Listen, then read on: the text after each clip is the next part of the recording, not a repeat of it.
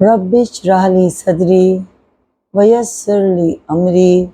واحلل عقدۃ من لسانی یفقہوا قولی۔ رب یسر ولا تعسر وتمم بالخیر۔ بسم اللہ والحمد للہ رب العالمین والصلاۃ والسلام علی سید المرسلین وخاتم النبیین وآلہ واصحابہ وبارک اجمعین۔ السلام علیکم ورحمۃ اللہ وبرکاتہ۔ ڈیئر برادر اینڈ سسٹرز، ہمیشہ کی طرح یہ ویڈیو بھی تھوڑی لیٹ ہو گئی۔ انشاءاللہ ضرور کوشش کروں گی کہ ان ٹائم ہفتے میں تو ضرور ایک ویڈیو آ جائے، لیکن آج کا ٹاپک بہت اہم ہے۔ بہت سارے ایسے ایشوز ہیں، مسائل ہیں، میرے ارد گرد کافی ایسے لوگ ہیں جن سے میرا رابطہ رہتا ہے، جن کی میں کاؤنسلنگ کرتی ہوں۔ تو ہمیشہ سے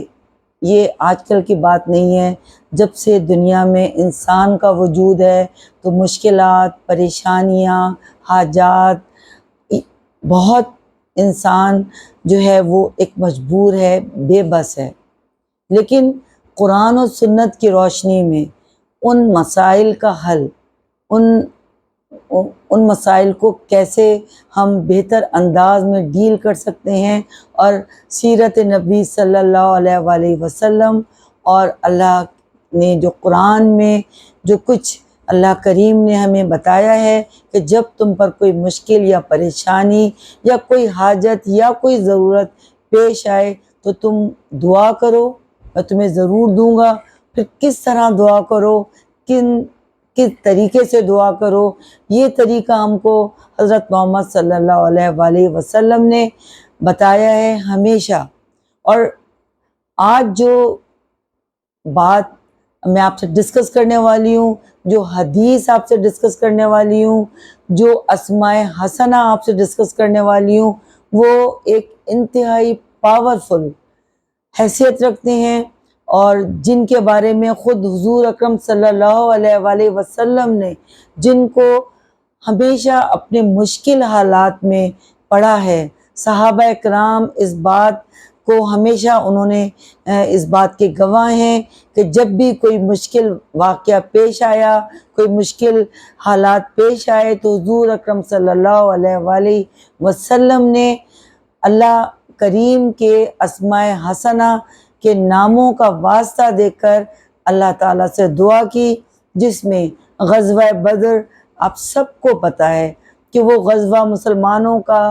ہجرت مدینہ کے بعد پہلا غزوہ تھا، اور مسلمان اپنی اکنامیکلی اور فوج کے حساب سے یا کسی بھی مارکے کے حساب سے ان کے پاس نہ ساز و سامان تھا، نہ لوگ تھے، نہ پیسہ تھا، نہ پریکٹس تھی، جبکہ کفار ایک بہت بڑا لشکر لے کر آئے تھے۔ تو اس دن حضور اکرم صلی اللہ علیہ وسلم بے انتہا اضطراب کی حالت میں تھے۔ آپ نے اللہ تعالیٰ سے بہت ساری دعائیں کی، جس میں آپ نے اللہ تعالیٰ سے گڑ گڑا کے ایک دعا کی کہ یا حیو یا قیوم برحمتک استغیث۔ یا حیو یا قیوم اللہ تعالیٰ کے اسماء پاک ہیں، اسماء حسنہ ہیں، قرآن پاک اور حدیث میں مستقل بیان کیا گیا ہے کہ آپ لوگ جب بھی دعا کیا کریں تو ضرور، یعنی مسلمان دعا کیا کریں تو اللہ تعالیٰ کے اسماء حسنہ کو ضرور پڑھا کریں، کیونکہ جو 99 نیمز ہیں with ایٹریبیوٹس، تمام تر اللہ تعالیٰ کے کچھ ذاتی نام ہیں، کچھ صفاتی نام ہیں، مطلب رحیم ہے، رحمان ہے، کریم ہے، ودود ہے، منان ہے، حنان ہے، اور غفار ہے، غفور ہے، قہار ہے۔ یہ سارے وہ نام ہیں کہ جو ہمیں اللہ تعالیٰ کی تمام تر صفات سے آگاہ کرتے ہیں کہ اللہ تعالیٰ میں یہ بھی صفت ہے، اللہ تعالیٰ میں یہ بھی صفت ہے، اور یا ذوالجلال والاکرام ہے۔ تو یہ تمام وہ نام ہیں کہ جس میں سے یا حیو یا قیوم، اس نام کی ایک خاص اہمیت ہے۔ اس میں اسماء حسنہ کے ان اسم مبارک کی ایک خاص اہمیت ہے کہ کہا جاتا ہے کہ اسم اعظم کو اتنا کلیئر کر کے اتنا کنفرم کر کے نہیں بتایا گیا، لیکن حضور پاک صلی اللہ علیہ وسلم نے جس طرح اس کو انڈیکیٹ کیا ہے، جس طرح انڈیکیشن دی ہے، جو اس کی نشانیاں پیش کی ہیں، تو پھر ریسرچ اسکالرز نے ان نشانیوں کے ذریعے اس بات کو،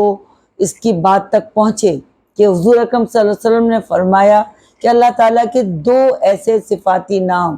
اسماء حسنہ میں سے جو 3 قرآنی آیتوں میں، سورتوں میں شامل ہوں گے، تو یا حیو یا قیوم، اے ہمیشہ زندہ قائم رہنے والے، یہ 2 نام ہیں، یا حیو یا قیوم۔ تو یہ دونوں نام ہیں، ایک دوسرے کے ساتھ اٹیچڈ ہیں اور 3 صورتوں میں آئے ہیں، سورہ بقر میں، سورہ آل عمران کی آیت نمبر 2 میں اور سورہ طٰہٰ میں۔ تو اس طریقے سے یہ جو نشاندہی حضور اکرم صلی اللہ علیہ وسلم نے فرمائی ہے، تو اس سے ریسرچ اسکالر نے اس بات کا اندازہ کیا ہے کہ یہ وہی اسم اعظم ہے۔ اور اسم اعظم اللہ تعالیٰ کا تو ایک ایک نام ہی اتنا بابرکت ہے کہ جس کے نام سے یہ ساری دنیا آباد ہے، جن صفات سے یہ دنیا چل رہی ہے، کیا انسان، کیا جانور، کیا پہاڑ، کیا سورج، چاند، ستارے، سب کچھ ان ناموں کے اندر، ان ناموں کی صفات کے اندر سب کی جو کارکردگی ہے، کیپیسٹی ہے، ایبلٹی ہے، وہ سب اس کے اندر موجود ہے۔ یا حیو یا قیوم، اے ہمیشہ زندہ رہنے والے، اے قائم رہنے والے۔ تفاسیر میں بتایا گیا ہے کہ اے تھامنے والے۔ تو آپ دیکھیے کہ زندگی میں، دنیا میں جب تک ہم زندہ ہیں، جس چیز کو حیات ہے تو اس کا کریٹر، پوری دنیا کا کریٹر کون ہے؟ یا حی، یہ وہ نام ہے، حیات۔ جہاں جہاں حیات ہے وہ اللہ تعالیٰ کی بخشی ہوئی ہے۔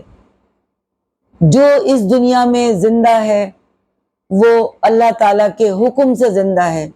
ایک پتا بھی گرتا ہے تو اس کا جو علم ہے وہ اللہ تعالیٰ کو ہوتا ہے، اور یہ تو خیر زندگی کی بات ہے۔ تو پھر قیوم، ہمیشہ قائم رہنے والے، ایک اللہ واحد ذات ہے۔ یہاں توحید اور اللہ تعالیٰ کی شان کبریائی کی بات ہے کہ ایک وہی ذات ہے جو ہمیشہ سے ہے اور ہمیشہ رہے گی۔ جو آیت الکرسی کے اندر ہے، اس کا ترجمہ آپ دیکھ لیجئے گا کہ کس طریقے سے آیت الکرسی، کہیں بھی آپ سرچ کر سکتے ہیں اور اس کا ترجمہ بھی آپ دیکھ لیجئے گا۔ ویڈیو جو ہے وہ زیادہ لیندی ہو جاتی ہے، بہت مشہور صورت ہے، سب لوگوں کو زبانی یاد ہے، زیادہ تر لوگوں کو، اور زیادہ تر لوگوں کو اس کا ترجمہ بھی یاد ہے۔ تو یہ اس کے اندر بھی موجود ہے، آل عمران کی آیت نمبر 2 میں بھی، سورہ طٰہٰ میں بھی۔ تو اس طرح یہ اسم اعظم ہے۔ اور جب اسم اعظم کے ذریعے دعا مانگنے کے جو کچھ آداب ہمیں بتائے گئے ہیں کہ جب دعا کرو تو اللہ تعالیٰ کی حمد و ثنا بیان کرو، اللہ تعالیٰ کے خوبصورت اسماء حسنہ کے ساتھ دعا کرو،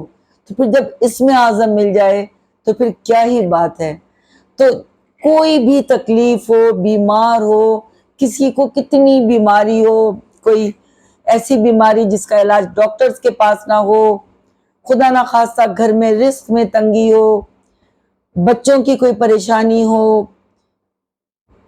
گھر کے اندر دوسرے مسائل ہوں، ملازمت کے، بزنس کے مسائل ہوں، بچوں کے رشتے شادیوں کے مسائل ہوں، اولاد کے مسائل ہوں،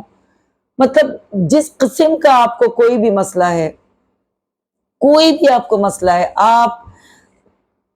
2 نفل پڑھ کر، 2 نفل حاجت کی پڑھ کر، آپ اللہ تعالیٰ کی حمد و ثنا بیان کر کے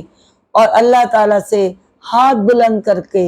کیونکہ یہ بھی سنت نبوی کا طریقہ ہے، رو کے، گڑ گڑا کے، پوری کنسنٹریشن کے ساتھ اپنے دل و دماغ کو ایک ایک پوائنٹ کے اوپر کنسنٹریٹ کر کے آپ اللہ سے کہیں کہ یا حی یا قیوم برحمتک استغیث، جس کے معنی ہیں کہ اے ہمیشہ زندہ اور قائم رہنے والے، تجھ سے تیری رحمت کی فریاد ہے، تجھ سے تیری رحمت کے واسطے سے فریاد ہے، تجھ سے تیری رحمت کے واسطے سے میری التجا ہے۔ تو آپ سوچیں، اس کے بعد آپ اپنی دعا بیان کریں، آپ درود پاک صلی اللہ علیہ وسلم پڑھیں، تو آپ کی دعا کیسے نہیں قبول ہوگی؟ یقیناً، بے شک کہ بعض دعائیں فوراً قبول ہو جاتی ہیں، میرا ذاتی تجربہ ہے۔ بعض دعائیں تو آپ نے دل میں سوچی ہیں، دعا پڑھ کے سوچی ہیں۔ دعا کرنا تو دیکھیں بہت ضروری ہے، اور اگر کوئی وقت، کوئی پرابلم، کوئی ایشو ہوتا ہے تو اللہ تعالیٰ نے خود کہا ہے کہ سب سے پہلے تو اللہ کا نام لے کر دعا کرو، اور اس کے دنیاوی ریسورسز جتنے ہیں پورے کرو۔ اگر رزق میں کمی ہے تو وہ انسان روزگار کی تلاش کرے، یا روزگار کے لیے جو کچھ اس کے لیے ضروریات ہیں، محنت کے، پنکچویلٹی کے، یا جو بھی اس کو کوئی اپنی مہارت حاصل کرنی ہے، ہنر کرنا ہے، ایجوکیشن لینی ہے، وہ سب کچھ کرے۔ اور اگر کوئی اور مسئلہ ہے تو اس کے لیے پریکٹیکل کام کرنا ضروری ہے۔ اللہ حالت نہیں بدلتا جب تک انسان خود کوشش نہیں کرتا۔ کوشش کریں، پر کوشش میں برکت ڈالنے والا، کوشش میں جان ڈالنے والا، کوشش کو پورا کرنے والا کون ہے؟ صرف اور صرف اللہ کی ذات، یا حی یا قیوم، یعنی ہمیشہ حیات، ہمیشہ زندہ رہنے والی ذات، ہمیشہ قائم رہنے والی ذات۔ تو جب ہم اس سے التجا کریں گے، اس کی رحمت کا واسطہ دے کر، تو دعائیں کیسے نہیں قبول ہوں گی؟ حدیث پاک ہے سنن ترمذی کی 35:24، ایک شخص مسجد میں آ کر اس نے دعا کی، اور دعا کرنے سے پہلے اس نے اللہ کی حمد و ثنا کے بعد یا حیو یا قیوم برحمتک استغیثو، اور یا ذل جلال والاکرام، یا ذل جلال والاکرام، یا ذل جلال والاکرام پڑھ کر اللہ سے دعا کی۔ تو حضور پاک صلی اللہ علیہ وآلہ وسلم نے صحابہ کرام سے فرمایا کہ جس کے قبضے میں میری جان ہے، اس کی قسم کھا کر کہتا ہوں کہ اس شخص کی دعا کبھی رد نہیں ہوگی۔ اس شخص کی، جو کوئی اس طرح دعا کرے گا، ان ناموں کا واسطہ دے کر اللہ سے دعا کرے گا، تو اس کی دعا کبھی رد نہیں ہوگی، اس کی پکار کبھی واپس نہیں آئے گی، اس کی صدا کبھی ناکام نہیں ہوگی۔ ایک تو دعا، اللہ تعالیٰ نے جب ہم سے کہا ہے کہ مجھ سے گڑ گڑا کے دعا کرو، مجھ سے چپ کے دعا کرو، مجھ سے رو رو کے دعا کرو، مجھ سے اپنی پوری توجہ سے دعا کرو، لیکن یہاں میں آپ کو کچھ ترتیب ضرور بتاؤں گی کہ ہم کہتے ہیں کہ ہماری دعائیں قبول نہیں ہوتی۔ آخر کیا وجہ ہے جو ہماری دعائیں قبول نہیں ہوتی؟ کوئی تو ریزن ہے نا۔ تو سب سے پہلے تو آپ دیکھیں کہ ہماری دعا جو نہیں قبول ہوتی ہے، اسلام میں جو 5 پلرز ہیں بیسک، اللہ تعالیٰ کو ایک ماننا، توحید، اس کے بعد ہے نماز، اور اس کے بعد ہے روزہ، زکوٰۃ، حج۔ روزہ، زکوٰۃ، حج یہ وہ پلرز ہیں کہ جن کو اگر بیماری کی حالت میں، سفر کی حالت میں پیسے نہیں ہوں تو آپ حج نہیں کر سکتے، تو کوئی گناہ نہیں، پیسے نہیں ہوں تو آپ زکوٰۃ نہیں دے سکتے، کوئی گناہ نہیں، آپ بیمار ہیں آپ روزے نہیں رکھ سکتے، آپ بڑھاپے کی کنڈیشن میں روزے نہیں رکھ سکتے۔ لیکن نماز تو عین اسلام ہے۔ یہاں تک کہا گیا ہے کہ نماز اسلام ہے، نماز میں اسلام ہے، اسلام میں نماز ہے۔ نماز کبھی بھی معاف نہیں ہے۔ حالت جنگ کے میدان میں کچھ فوجیں، کچھ جو جنگی دستے ہوتے ہیں جنگ کر رہے ہوتے ہیں غزوات میں، اور کچھ پیچھے نماز ادا کر رہے ہوتے ہیں۔ کربلا کا واقعہ آپ سب کو پتہ ہے کہ کیا اس کی تفصیلات ہیں، اور کس طریقے سے حضرت امام حسین رضی اللہ تعالیٰ عنہ نے اپنی جان اللہ تعالیٰ کے سپرد کی، جب آپ اس قدر تنہا ہو چکے تھے، سب لوگ شہادت پا چکے تھے، پر عصر کے جب وقت ہوا تو اس حالت میں آپ نے نماز ادا کی۔ اور وہ موقع ملا اس انسان کو کہ جس پر رہتی دنیا تک لعنت پڑے گی، کہ جس نے آپ کو اس حالت میں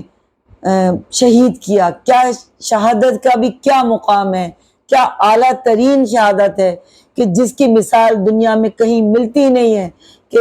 کس طریقے سے، وہ بھی ایک بہت بڑا واقعہ ہے انشاءاللہ کسی اور ویڈیو کے اندر. تو آپ دیکھیں کہ نماز کی تو معافی نہیں ہے، یا تو پاگل کو نماز جو ہے وہ معاف ہے، یا خواتین کو اگر وہ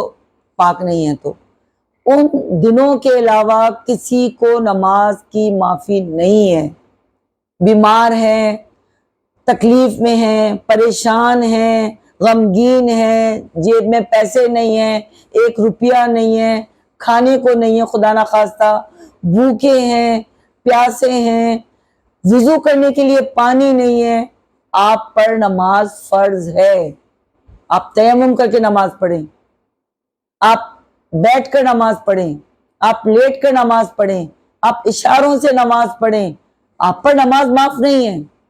نماز کا سب سے پہلا سوال نماز کے بارے میں کیا جائے گا. روز محشر کے جاں گداز بود، اولین پرسش نماز بود. روز محشر میں جو اللہ تعالیٰ سوال کریں گے وہ نماز کے بارے میں ہوگا. تو بات کہاں سے کہاں آ گئی. بہرحال میں یہ کہنا چاہ رہی تھی کہ جو دعائیں قبول نہیں ہوتی ہیں، اب آپ میں سے بہت لوگ، یا میں خود، یا میرے قریبی جاننے والے جن سے میں کہتی ہوں کہ بھئی آپ یہ پڑھیں یا حیو یا قیوم برحمتک استغیث، دعا قبول نہیں ہوتی. اس لیے کہ نماز 5 وقت کی نہیں پڑھتے. اللہ تعالیٰ ہمیں 5 وقت کا نمازی بنائے، ہماری اولاد کو 5 وقت کا نمازی بنائے. دعا کرنے کے لیے، دعا مانگنے کے لیے ایک مسلمان کے لیے پہلی شرط ہے کہ وہ شرک نہ کرے، وہ اللہ تعالیٰ کو ایک مانے، وہ اللہ تعالیٰ کے سوا کسی سے نہیں مانگے، اور اس کے بعد وہ 5 وقتہ نمازی ہو. کیوں؟ یہ کوئی بڑی بات نہیں ہے. مطلب نماز پڑھنا بہت بڑی بات ہے، لیکن یہ تو فرض ہے. یہ تو فرض ہے. جس طرح ہمیں زندہ رہنے کے لیے آکسیجن لازمی ہے، اگر آکسیجن نہیں ہو تو ہم مر جائیں گے. ہم پانی کے بنا کچھ گھنٹے، کچھ دن رہ سکتے ہیں، ہم خوراک کے بنا رہ سکتے ہیں، ہم بغیر گھر کے رہ سکتے ہیں، لیکن ہم آکسیجن کے بنا نہیں رہ سکتے. تو نماز مسلمان پر فرض ہے. اگر آپ نے اسکول میں داخلہ لیا، کالج یا یونیورسٹی میں، یا بچوں کو اپنے داخلہ دلوایا، اور آپ کا بچہ اسکول گیا ہی نہیں، اس کی کلاس ٹیچر اس کو پہچانتی نہیں ہے، اس کی اٹینڈنس ہی نہیں ہے، یا کبھی کبھار چلا جاتا ہے، آپ مجھے بتائیں کہ کیا وہ ایگزام میں پاس ہوگا؟ کیا اس کی کمپلین، اس کی پرنسپل کے پاس وہ اپنی کمپلین یا اپنی حاجت یا اپنی ڈیمانڈ یا اپنے پاس ہونے کے لیے وہ فریاد کر سکے گا اپنے پرنسپل کے پاس جا کر کہ پرنسپل پلیز آپ مجھے پاس کر دیں، پرنسپل دیکھیں میں، وہ اس کو غصے سے ڈانٹ کر باہر نکال دے گی اسکول کے، اس کا ایڈمیشن کینسل کر دے گی. کیوں؟ کیونکہ وہ تو اسکول ہی نہیں آیا نا، اس نے تو کلاسز ہی نہیں اٹینڈ کی، اور اٹینڈ کی بھی تو بہت کم کی. تو پلیز اس کو کمپیئر کر لیجئے ذرا. بہت چھوٹی ادنا مثال ہے. جاب کے معاملے میں اگر آپ کہیں جاب پہ جاتے ہیں، آپ وہاں نہ جائیں یا بہت کم جائیں، کیا آپ کی جاب باقی رہے گی؟ کبھی بھی نہیں. کون خوش ہوگا آپ سے؟ تو جب اللہ تعالیٰ نے آپ پر فرض قرار دے دی 5 وقت کی نماز، جس کی معافی نہیں ہے سوائے جس شخص کا ذہنی توازن درست نہیں ہے، یا خواتین کے کچھ دن. اب آپ بتائیں مجھے کہ جب آپ دعا مانگنے جا رہے ہیں یا حیو یا قیوم برحمتک استغیث، تو آپ نے تو اس کا کہنا ہی نہیں مانا، آپ نے تو پہلی شرط ہی نہیں پوری کی. یا نعوذ باللہ اگر آپ نے شرک کیا، شرک کا مطلب ایک ہی تو نہیں ہے نا، شرک کی تو بہت اقسام ہیں. تو اس لیے آپ اپنا عقیدہ درست کریں کہ دینے والی ذات، تمام تر قوتوں کی ہر طریقے سے ذات صرف اللہ ہے. نماز قائم کریں، نماز پڑھیں نہیں، نماز قائم کریں، اور اپنے دل میں حقوق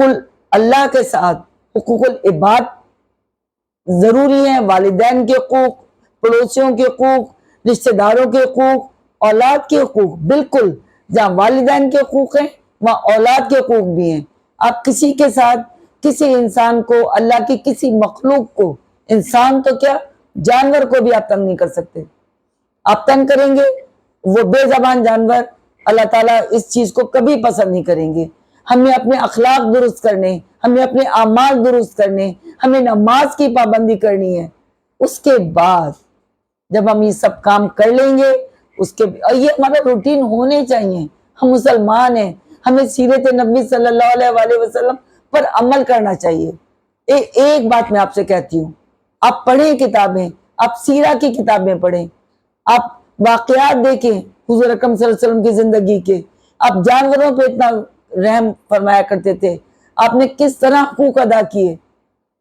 جنگ کے زمانے میں بھی، تاکہ کسی بیمار پر، بوڑھے پر، عورتوں پر ظلم نہ کرنا، ان کو تنگ نہ کرنا، ان سے جنگ نہ کرنا، حتیٰ کہ کھیتوں کھلیانوں کو بھی نہیں روننا۔ یہ وہ اسلام ہے، یہ وہ پیس اور امن کا مذہب ہے دنیا کے اندر، کہ اس جیسا کوئی مذہب نہیں ہے جس میں ایک دوسرے کو گریٹنگ اس طرح کی دی جاتی ہے، السلام علیکم ورحمۃ اللہ وبرکاتہ، سلامتی ہو تم پر، جس کے جواب میں کہا جاتا ہے وعلیکم السلام۔ لہٰذا آج میں نے آپ کو بتا دیا کہ اسم اعظم کی بہت زیادہ چانسز ہیں، جو حضور اکرم صلی اللہ علیہ وسلم نے بتایا، یا حی یا قیوم برحمتک استغیث، یا ذی الجلال والاکرام، یا ذی الجلال والاکرام، یا ذی الجلال والاکرام، یہ وہ الفاظ ہیں، یہ وہ اللہ تعالیٰ کے اسماء حسنہ ہیں، یہ وہ پیارے نام ہیں جن کے ذریعے آپ دعا مانگیں تو آپ کی دعا ضرور قبول ہوگی۔ ہاں، کچھ باتیں میں نے اس کے ساتھ آپ کو ایکسٹرا بتائی ہیں، آپ خود غور کر لیجئے گا۔ ان باتوں پہ عمل کرنے کی مجھے بھی بہت ضرورت ہے، اور ہم سب کو، لہٰذا نماز کی پابندی کریں گے، وعدہ کریں، جو کر رہے ہیں الحمدللہ بہت بڑی خوشخبری ہے ان کے لیے، اور جن سے نمازوں کی پابندی نہیں ہو پاتی یا نماز ابھی تک شروع نہیں کی، تو کوئی گھبرانے کی بات نہیں ہے، آج سے شروع کریں، آج سے شروع کریں، اور دل میں طے کریں کہ اب میں اپنی نماز نہیں چھوڑوں گا، میں اپنی نماز نہیں چھوڑوں گی، کیونکہ مجھے اللہ کو جواب دینا ہے۔ ہمیشہ زندہ رہنے والی ذات صرف اللہ کی، ہمیں تو مر جانا ہے۔ سوال جواب، روز جزا، سب کچھ سورہ فاتحہ کا ترجمہ پڑھ لیجئے، جو ہر نماز میں سب سے پہلے پڑھنی ہے ہم کو، سورہ فاتحہ، تعوذ اور تسمیہ کے بعد سورہ فاتحہ ہر رکعت میں پڑھنی ہے۔ یہ وہ صورت ہے، تو اس کی ترجمہ پڑھ لیجئے۔ میری بھی ایک ویڈیو ہے سورہ فاتحہ پہ کمپلیٹ تفسیر کے ساتھ، اگر آپ چاہیں تو اس ویڈیو کو دیکھ لیجئے، پلے لسٹ میں وہ ویڈیو موجود ہے، سورہ فاتحہ پہ کمپلیٹ وہ ہے۔ تو اب آپ دیکھیں کہ سورہ فاتحہ میں جب یہ ہے کہ اللہ تعالیٰ کی روز جزا کا مالک ہے، رحمان ہے، رحیم ہے، اور ہم کہتے ہیں پھر اللہ تعالیٰ سے کہ ایاک نعبد و ایاک نستعین، ہم تیری عبادت کرتے ہیں اور تجھی سے مدد مانگتے ہیں۔ تو پھر جب ہم تیری عبادت کرتے ہیں اور تجھی سے مدد مانگتے ہیں تو عبادت کیا ہے؟ تو سب سے پہلی عبادت تو نماز ہے، جو ہم پر فرض قرار دے دی گئی ہے۔ اس کے بعد ایکسٹرا عبادتیں ہم کریں، نوافل پڑھیں، اوراد پڑھیں، ذکر کریں، اذکار پڑھیں، اور اگر ہمیں کوئی حاجت ہو تو ہمیں چاہیے کہ ہم پہلے صدقہ دیں، یہ بہت اچھی بات ہے۔ مسکراہٹ بھی ایک صدقہ ہے، اچھا سلوک بھی ایک صدقہ ہے، والدین کے ساتھ اچھا سلوک، والدین کو مسکرا کے دیکھنا، والدین کے چہرے پہ نظر ڈالنا، یہ بھی صدقہ ہے۔ تو ہمیں اب ویڈیو کے اختتام پہ ہم آتے ہیں، اور آج ہمیں یہ اندازہ ہو گیا، ہم نے ایک دوسرے سے ڈسکس کر لیا کہ اسم اعظم اور اللہ کے پاک بابرکت نام، اسماء حسنہ، یا حی یا قیوم برحمتک استغیث اور یا ذی الجلال والاکرام، یہ ہمیں ضرور پڑھنے چاہیے، اور ان کو پڑھ کر جو ہے وہ ہمیں دعائیں کرنی چاہیے، اور ترتیب آپ کو بتا دی ہے۔ اللہ کی حمد و ثنا کریں، درود پاک صلی اللہ علیہ وسلم پڑھیں، لوگوں سے اچھے سلوک کریں، اپنی یا حی یا قیوم برحمتک استغیث کا روزانہ ذکر کریں، کیونکہ ہمیں تو روزانہ حاجتیں ہیں نا، اور کوئی خاص آپ کو حاجت ہے جب بھی کریں۔ اس کے بعد درود پاک پڑھیں صلی اللہ علیہ وسلم، اور اس کے بعد ہاتھ اٹھا کر رو رو کر گڑ گڑا کر اللہ تعالیٰ سے دعا کریں کہ یہی ہے دعا، یا حی یا قیوم برحمتک استغیث، اس کا ورد رکھیں اور دعائیں کریں، یا حی یا قیوم برحمتک استغیث، اے زندہ قائم رہنے والے تیری رحمت کے سبب میں فریاد کرتا ہوں یا کرتی ہوں، اصلح لی شانی کلہ، کہ میرے لیے میرے سب کاموں کی اصلاح فرما دے، ولا تکلنی الی نفسی طرفۃ عین، اور پلک جھپکنے کے لیے بھی مجھے میرے نفس کے حوالے نہ کر، چونکہ نفس کے حوالے کا مطلب غلط کام۔ تو بس اللہ سے دعا کرنی ہے، انشاءاللہ تعالی یہی وہ اسم اعظم ہے جس کا میں نے آپ سے ذکر کیا تھا کہ آج میں آپ کو وہ پاورفل وظیفہ بتاؤں گی کہ جس سے آپ کے انشاءاللہ تعالی سب کام آپ کی، یا جو بھی آپ کی حاجت، جو بھی آپ کی ضرورت، جو بھی ہوگی دین کی یا دنیا کی، سب پوری ہوں گی انشاءاللہ تعالی۔ تھوڑی بہت میں نے آپ کو کوشش کی ہے کہ میں وہ کنڈیشنز بھی بتا دوں کہ آپ نماز کی بھی پابندی کریں، آپ اپنے عقیدہ توحید کی بھی بہتری اور زیادہ سے زیادہ لائیں، اس میں اور اصلاح کرتے رہیں۔ ہمیں اصلاح کی ہر وقت ضرورت ہے کہ صرف ایک ذات ہے۔ سورہ اخلاص پڑھیں جس سے پتہ چلتا ہے کہ صرف اللہ کی ذات ہے جس کا کوئی ہمسر نہیں، نہ وہ کسی سے ہے نہ اس سے کوئی ہے، وہ بے نیاز ہے،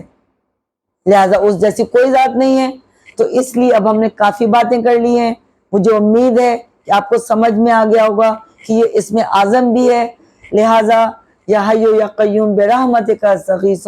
پڑھ کر، یا ذل جلال والاکرام پڑھ کر، اور جب دعا مانگنی ہو تو ریپیٹڈلی ان کلمات کو بھی ریپیٹڈلی بار بار کہیں، یہ سنت سے ثابت ہے، اور اپنی دعا کو بھی بار بار اللہ سے تکرار کریں، دعا مانگتے رہیں، مایوس نہ ہوں، کیونکہ یہ رائے گاہ نہیں جائے گی، یا تو دعا فوراً قبول ہو جائے گی، یا دعا ہمارے گناہوں کی کمی کا باعث بنے گی، اللہ تعالیٰ اس سے ہمارے گناہ دور کریں گے۔ ہاں ایک اور بات آپ کو بتاؤں، استغفار لازم پکڑیے، استغفار ہماری دعاؤں میں جو رکاوٹ آتی ہے ہمارے گناہوں کی وجہ سے آتی ہے، اس پاک ذات اللہ کی جو نور سے بنی ہوئی ہے اس کے پاس اپنی دعا پہنچانے کے لیے ہمیں اپنی غلطیوں کی ندامت کرنی ہے، گناہوں کی معافیاں مانگنی ہے۔ استغفار کو اپنا معمول بنا لیجئے، درود پاک صلی اللہ علیہ وسلم کو اپنا معمول بنا لیجئے، صبح و شام، فجر کے بعد سورج نکلنے تک، اشراق کا وقت ہوتا ہے 1.5 سے 2 گھنٹے کا، دعائیں پڑھتے رہا کریں، عصر کے وقت، مغرب تک، سورج نکلنے سے پہلے دعائیں قبول ہونے کا وقت ہے، دعائیں کرتے رہیں بیٹھ کر، اور چلتے پھرتے، اور یہ بھی تصور ایسا نہیں ہے کہ جب تک آپ باوضو نہ ہوں جب تک آپ دعا نہیں کر سکتے، آپ دعا کرتے رہیں، استغفار کرتے رہیں، یقیناً آپ سب کی دعائیں قبول ہوں گی۔ میری دعا ہے کہ جو یہ ویڈیو دیکھ رہے ہیں اللہ تعالیٰ، اور یہ پڑھ کر دیکھ رہے ہیں کہ یہ پاورفل وظیفہ ہے، یا حی یا قیوم برحمتک استغیث، یہ اسم اعظم ہے، اللہ تعالیٰ آپ ضرور ان سب کی دعائیں قبول فرمائیے، اللہ تعالیٰ میری بھی دعائیں قبول فرمائیے، اللہ تعالیٰ ہم سب کی دعائیں قبول فرمائے، اللہ تعالیٰ بیماریوں کو دور فرمائے، اللہ تعالیٰ رزق میں برکت دیں، اللہ تعالیٰ اچھے سے اچھا ایمان عطا کریں، اللہ تقوی عطا کریں، کیونکہ بہت ضروری ہے، تقوی ہوگا تو سب کچھ ہوگا، اور اللہ تعالیٰ ہماری اولاد کو صالح اور فرمانبردار بنائے، اللہ تعالیٰ ہمیں ناگہانی آفات سے محروم رکھے، اللہ تعالیٰ ہمیں آزمائشوں سے، تکالیف سے محفوظ رکھے، کیونکہ ہم بہت کمزور ہیں، اللہ تعالیٰ جتنے بیمار ہیں سب کو صحت عطا فرمائے، اور دعاؤں میں یاد رکھیے گا آئندہ انشاءاللہ کسی ایسے ٹاپک پر جو میری اور آپ دونوں کے لیے بہت ضروری ہوگا اس پر بات کریں گے، یہ ٹاپک میرے لیے بھی بہت ضروری ہے اور آپ کے لیے بھی۔ اجازت دیجیے، انشاءاللہ بشرط حیات جلد ملاقات ہوگی، اللہ حافظ۔